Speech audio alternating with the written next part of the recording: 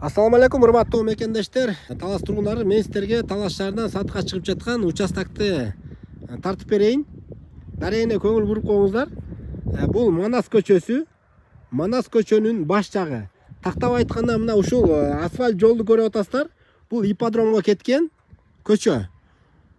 Ошол жактан эле экинчи участок. Жолго жакын. Нол жерде өзүңүздөр көрүп аткан грунттар. Грейдер алып келип ушул чуңкурду толтуруп коесуздар. Грунттары даяр. Ушул жерде бир аз ушундай сайлары бар эле. Ушул жерлерге ушул грунт төгүлүп калды. Болгону грейдер менен түзөтүп коюш керек. Туугандар, бул чыгыштан батышка узундугу 20 метр, ал эми түштүктөн түндүккө 30 метр. Жалпы 6 сотик. Так дареги Манас көчөсү 425.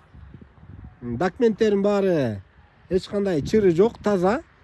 Ким эгер ушундай мал базар жактан же болбосо деги эле Талас шаарынан участок издеп жүргөндөр болсо, ушул участокты келип көрүңүздөр. Бул Манас көчөнүн баш жагы.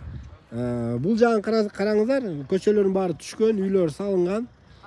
Ошондой эле бардык светтери кирген. Бул жагы өзүңүздөр көргөндөй эл. Бул жакка дагы шаар чоңоюп, үйлөр жакын карада түшөт деп жатат. Баасын 900 000 сом сурап жатат. Өзүңүздөр да чалып содалашып көрөсүздөр. Видеого лайк басып коюңуздар.